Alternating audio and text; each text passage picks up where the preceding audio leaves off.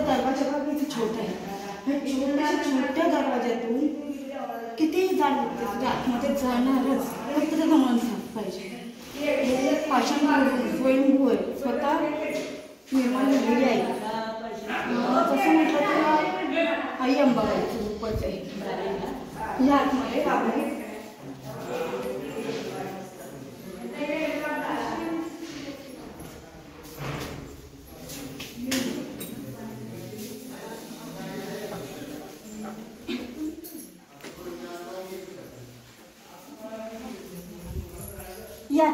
हे आहेत ना. आता तुम्हाला आई मुदाई देवीची थोडक्यात माहिती सांगतील, तेवढी ऐकून घ्या. नंतर तुम्हाला हे पाषाण वगैरे सगळं दाखवून देईल मी. तोपर्यंत मी आई साहेबांची ओटी भरून घेते. सांगा मावशी थोडक्यात तुम्ही. हे बघा, दहीगावचे चव्हाण बाबा होते. ते कोल्हापूरच्या देवीची भक्ती करत होते आणि त्यांची भक्ती करत करत त्यांना देवी प्रसन्न झाल्या. त्या म्हणल्या तुम्हाला काय पाहिजे? ते म्हणले आम्हाला काही नको, तुम्ही पाठी या. म्हणून ते म्हणले की तुम्ही पाठी येणार आहे तर मी कसं ओळखायचं यायचं? तर त्या म्हणल्या तुम्ही फक्त मागं बघू नका, तुम्ही पुढे चाला. तर मी कसे ओळखणार? तर ते म्हणले माझ्या पायात साखळे वाळ्या येत्या, त्याच्या आवाजावर तुम्ही पुढे चालायचं, मागं बघायचं नाही. तसे करत करत हे ते आले आणि हे ते आल्यानंतर त्यांना काय बरोबर पडली.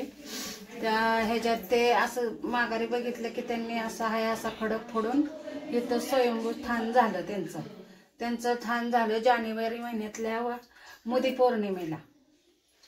पौर्णिमेला पुष्पौर्णिमा म्हणतात. पुष्य पौर्णिमेला त्या स्थापन झाल्या, इथं प्रगट झाल्या. तेव्हापासनं ह्या देवीचं म्हणजे पूजा गोंधळ घालतात, सवासणी घालतात. आणि सवासणी घालताना गोंधळ घालताना ते टाक करायचा, सोनाराच्यात नाण आणायचा, नाहन घालायचं. नाहन म्हणजे दही दूध हे आंघोळ घालायचं. पंचामृताने थोडक्यात आंघोळ घालायची देवीला. 5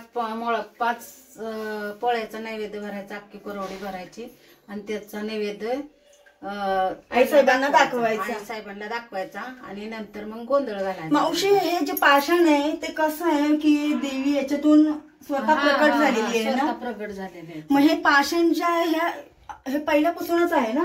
हाय असं आहे. सुमारे किती वर्ष झाले असतील याला? अहो भरपूर झाले असतील, 2-3 पिढीच्या पाठीमागचं हे. आम्हाला पण जास्त सांगता येणार नाही, जेवढे आम्हाला माहिती आहे तेवढे आम्ही सांगितले. तुमचं?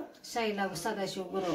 शैला सदाशिव गुरव यांचे आपण आभार म्हणू. त्यांनी थोडक्यात आई मुदाई देवी यांची आपल्याला माहिती दिलेली आहे. आता पुढची माहिती मी पुढच्या व्हिडिओमध्ये तुम्हाला युट्यूब चॅनलवर दाखवेल. तुम्ही नक्कीच माझ्या चॅनलला सबस्क्राईब आणि शेअर केलं नसेल, लाईक केलं नसेल तर शेअर, सबस्क्राईब आणि लाईक तिन्ही करा. धन्यवाद.